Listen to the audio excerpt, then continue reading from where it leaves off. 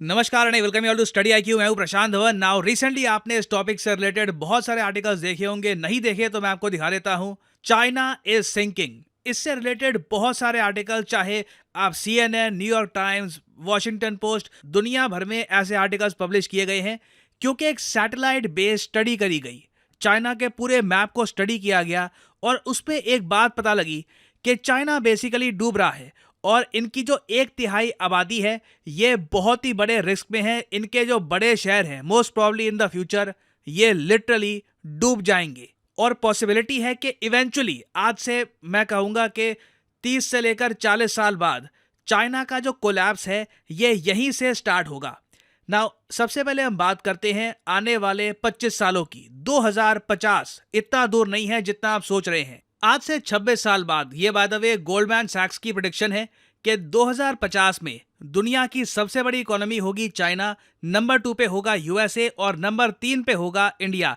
और फिर उसके 25 साल बाद अगर हम 2075 में देखें तो नंबर 1 पे होगा चाइना, नंबर 2 पे इंडिया और नंबर 3 पे US पहुंच जाएगा। नाउ मैं आपको ये बता दूं, जो रिपोर्ट सामने आई है कि चाइना के बड़े शहर लिटरली सिंक कर रहे हैं, अगर जेन्युइनली ऐसा होता है और चाइना अपने शहरों के सिंकिंग के बारे में कुछ कर नहीं पाता, तो ये जो प्रेडिक्शन है ना, इसमें कोई बड़ी बात नहीं है कि चाइना 2075 तक नंबर 2 या फिर नंबर 3 तक भी आ जाए। अब यहाँ पे एक बहुत ही ऑब्वियस क्वेश्चन सामने आता है कि चाइना के शहर डूबेंगे कैसे? जो ये बात की जा रही है सिंक कर जाएंगे, तो क्या मतलब कोई सुनामी आएगी? नहीं।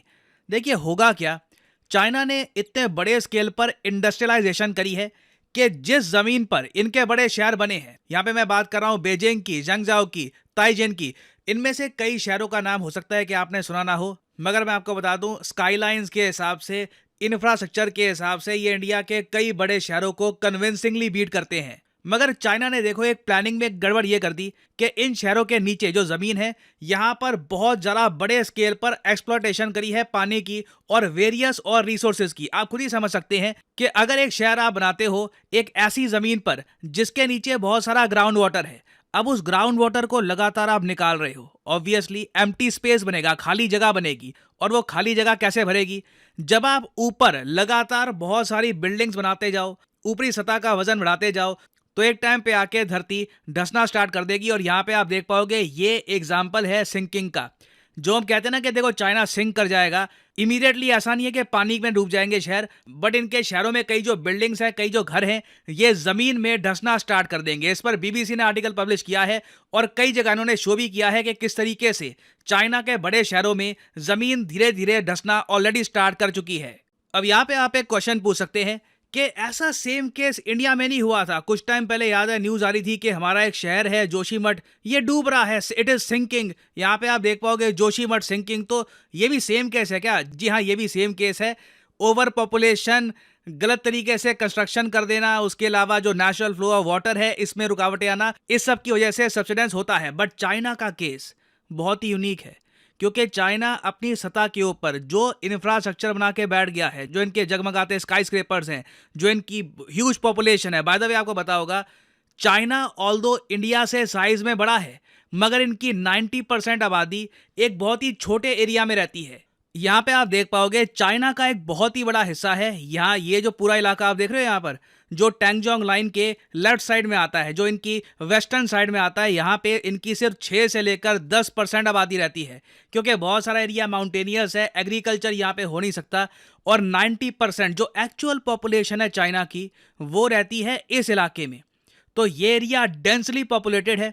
तो आप इमेजिन कर सकते हैं इनके शहरों में आबादी कितनी ज़रा होगी, कितना प्रेशर होगा, ज़मीन पर वजन इंसानों का, उनके इंफ्रास्ट्रक्चर का, स्काई स्क्रेपर्स का, ये लगातार बढ़ता जा रहा है। और चाइनीज़ गवर्नमेंट ने ये बात समझ ली है कि इंफ्रास्ट्रक्चर इफेक्टिवली तेज़ी से कैसे बनाते हैं, और उसके बाद इन्होंने ब्रेक नेक स्पीड से इंफ्रास्ट्रक्चर बनाया है। बट ये लोग ये बात भूल गए कि धरती पर इतना वजन अगर ये लाद देंगे तो धरती धीरे धीरे नीचे सिंक करना स्टार्ट कर देगी, स्पेशली जब ये साथ ही साथ ग्राउंड वाटर भी बाहर निकाल रहे हैं। अब अगला क्वेश्चन यहाँ पे आप पूछ सकते हैं, तो इसका जो एक्चुअल इम्पैक्ट है ये तो अभी 2-3 दशकों बाद ही दिखेगा ना।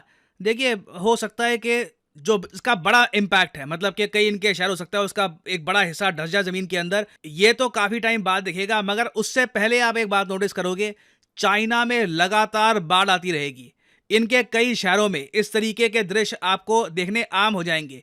और इसका देखिए बिल्कुल एक रीज़न ये भी है कि क्लाइमेट चेंज की वजह से अजीब टाइप की बारिश होगी, उसकी वजह से जो इनका ड्रेनेज सिस्टम है इस पे इम्पैक्ट आएगा। मगर साथ ही साथ ना जो ज़मीन धीरे धीरे नीचे जा रही है उसकी वजह से भी जो पानी का लेवल है, जो फ्लड का लेवल है, वो इनको ज़रा फील होगा। तो आने वाले टाइम में बिल्कुल इसकी वजह से चाइनीज़ इकोनॉमी को बड़ा झटका लगने वाला है। और चाइना को अगर इससे बचना है तो इसका एक ही सिंपल सोल्यूशन है कि अपनी आबादी को यहाँ से, इस एरिया से धीरे धीरे यहाँ पर लेकर आओ ना। ये कैसे ये लोग कर पाएंगे, बहुत ही मुश्किल होगा, क्योंकि एग्रीकल्चर यहाँ पे इतना है नहीं, इंफ्रास्ट्रक्चर यहाँ पे इतना खास नहीं है। आई मीन चाइना बिल्ड कर सकता है इंफ्रास्ट्रक्चर, मगर आप कह लीजिए जिस टाइप के जो बड़े शहर हैं, जो कमर्शियल इनके कैपिटल हैं, बीजिंग, शंघाई, वैसे शहर यहाँ पे एग्जिस्ट नहीं करते। तो जॉब्स काफ़ी कम है यहाँ पर, सैलरीज काफ़ी कम मिलती है। तो एक बड़ी आबादी को यहाँ से यहाँ पे शिफ्ट करना बहुत ही मुश्किल होगा। बट इवेंचुअली चाइना को यही करना होगा, नहीं तो मैं आपको बता दूं फ्यूचर चाइना के लिए बहुत ही ज़्यादा खराब होगा।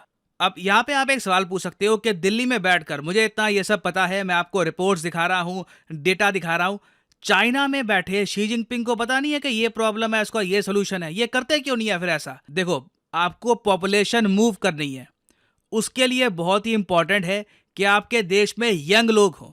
आप 40-35 साल के जो लोग हैं, जो एक बार को सेटल हो चुके हैं, जिनके घर परिवार बस चुके हैं, उन्हें आप रीसेटल करवाने में आपको काफ़ी दिक्कत आएगी। यंग पॉपुलेशन जो होती है 18 से लेकर 30 साल की, जिन्होंने अभी लैंड परचेज नहीं किया, घर परचेज नहीं किया, उन्हें एक बार को आप अच्छी अपॉर्चुनिटीज़ दिखाकर आप मूव करा सकते हो, आप नए शहर बसा सकते हो। अब चाइना में प्रॉब्लम यही है, इनके यहाँ आबादी लगातार गिर रही है। जैसे आप लोग जानते हैं फर्टिलिटी रेट यहाँ पे बहुत ज़्यादा लो हो चुका है। तो आने वाले 10-20 सालों में इनके पास इतने यंगस्टर्स होंगे ही नहीं कि ये मूव कर पाए अपनी आबादी को। तो सिचुएशन देखिए बहुत ही ट्रिकी है चाइना में। और पर्सनली आप मुझसे पूछें, इसका एक सिंपल सोल्यूशन दिख नहीं रहा।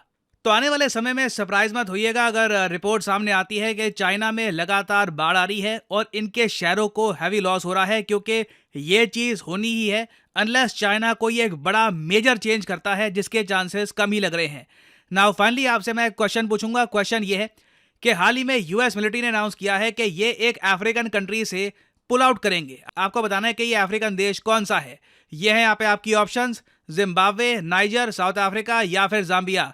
कमेंट सेक्शन में करिए उत्तर। जो लोग सही आंसर देंगे उनकी कमेंट को मैं हार्ट दे दूंगा, ताकि बाकी लोग समझ पाएं कि सही उत्तर क्या है। और फाइनली आप लोगों के लिए एक इंपॉर्टेंट मैसेज, अगर आप यूपीएससी एग्जाम की तैयारी कर रहे हैं, आपके पास टाइम है, 1-2 साल का आप कॉलेज स्टूडेंट हैं, आप रुक के आराम से प्रिपेयर करना चाहते हैं यूपीएससी एग्जाम के लिए, तो कमेंट सेक्शन में जाइए, यहाँ पे आपको मिलेगा ये लिंक, इस लिंक पर करिए क्लिक और यहाँ पे आपके सामने खुल जाएगा ये पेज। अगर आप मोबाइल फोन पे हैं तो आप स्टडी IQ की जो ऐप है ये भी कर सकते हैं डाउनलोड, और यहाँ पे आप परचेज कर पाएंगे स्टडी IQ के वेरियस कोर्सेज। स्टडी IQ के प्लेटफॉर्म में स्टॉक मार्केट से लेकर UPSC, SSC, UPSC optional various courses available हैं। स्टेट पीसीएस कोर्सेज भी अवेलेबल हैं, यहाँ पे आप देख पाएंगे। और जो हमारा फ्लैगशिप कोर्स है यूपीएससी P2I कोर्स, P2I इसलिए इसको कहा जाता है क्योंकि प्रीलिम से लेकर इंटरव्यू तक ये कोर्स आपकी हेल्प करेगा।